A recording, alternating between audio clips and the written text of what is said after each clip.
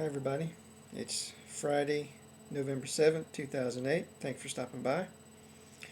I'd like to talk today a little bit about the news of Barack Obama's appointments to his cabinet.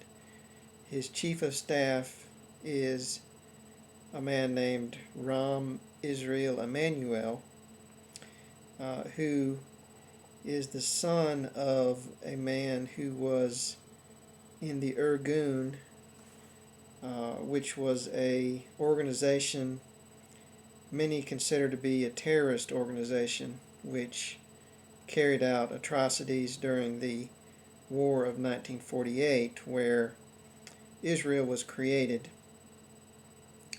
And if you're not familiar with the history, after the partition resolution, the UN said, okay, half of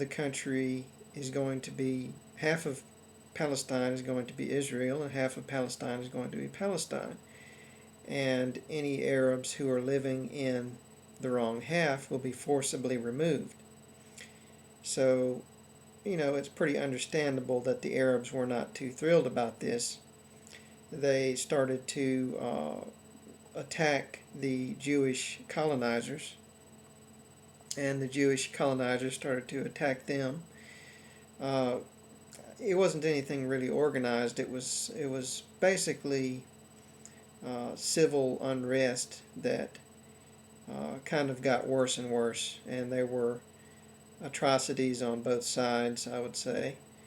But at the end of it, the Haganah and the Irgun and the Stern Gang, which were different groups of Jewish militia, implemented Plan Dalet, or Plan D, which was the third or fourth iteration of a master plan for ethnic cleansing, which had been discussed for a long time. And they drove all of the Palestinians off of the land using terror and violence. They made sure that people were fearing for their lives enough that they would drop their possessions and flee for their lives. And it's not hard to understand why when you look at the history of what happened. There were, in most Palestinian villages, there were mass killings where 30 or 40 men were rounded up and shot. Just summarily shot. And people heard about these things. They heard about these villages being attacked and people being killed, and they started fleeing. Of course, towards the end of the war, they realized that those who fled were never going back to their homes again, that it was a one-way deal. So they started to resist. And most of the Palestinians who are Israeli citizens now are the ones who resisted and who held out until the end of the war. They didn't stay because they were wanted. The plan was to get rid of all of them, but they decided that they were going to try and keep their homes no matter what. And some of them were successful, most of them weren't. It was between 750 and maybe 850,000 people ended up being refugees because of this. And the Irgun was one of the militias that carried out terrorist atrocities, random killings of Palestinian villagers, bombings. They actually bombed the King David Hotel in Jerusalem, believe it or not. That was the Irgun. Now, Rahm Emanuel, his father was a member of this militia. And of course, we can't hold Emanuel responsible for what his father did. We can't blame him in any way because he's not responsible for what his father did. He can't really help what his father did. And let's be clear about that. But it makes you wonder, does he disapprove of what his father did? Does he approve? How does he feel about this little bit of history? And maybe his father did not actually kill anybody at all, but he was involved with the group that did carry out numerous atrocities during that war. And that's not to say that the Palestinians or the Arabs never carried out killings or atrocities, because it did happen. So let's not oversimplify this. But on the other hand, let's not excuse anyone for killing by pointing our fingers at the opposite side. We should look very unfavorably on all of the people who kill and who terrorize and who commit atrocities, whether they're Arab or Israeli. It makes no difference. You're both, no matter who you are, you can't do that kind of stuff. It's not right, and we can't support it. So no one is entitled to revenge. No one's entitled to kill anybody, no matter what you think they might have done to you.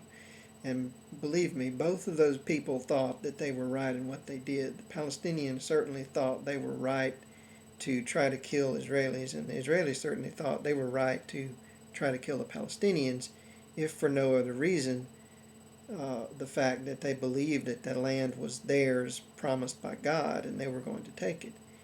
And if not for that reason, for probably the Arab uprising in 36, where there was fighting between the Jewish settlers and the Palestinians, and the Palestinians were crushed pretty decisively by the British.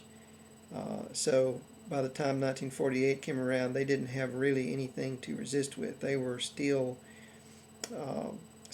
crushed at that point. They had no fighting capability, or very little fighting capability.